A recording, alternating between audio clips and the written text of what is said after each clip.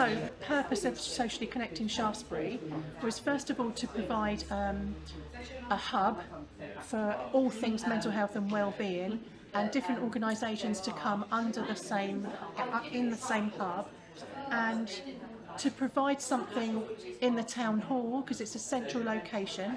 People can get to, there's the bus stops outside, it's visible.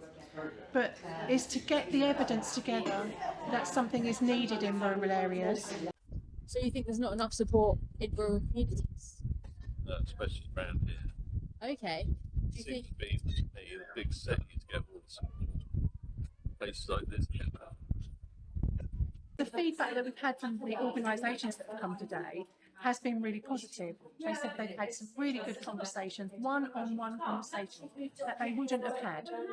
Just wouldn't have had, because people don't have the time when they phone the service to have that time with people. If people don't see a service, they believe it doesn't exist.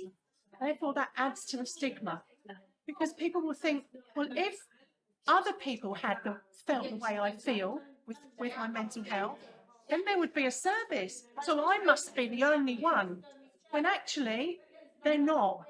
And if we were to make something visually available in rural areas, then that would be, the knock-on effect would be then that it would lower the stigma, it would raise awareness, and people would know where to go much earlier on. How do you feel about the event that's happening today? I think it's great that we have things like that in the town, and anything that makes people more aware of health and well-being is a good thing. And the thing is, when we did the pilot last year, we found the responses from people from all age groups, from 18 plus to 90 odd, which was the joy of this event. It's accessible and all ages.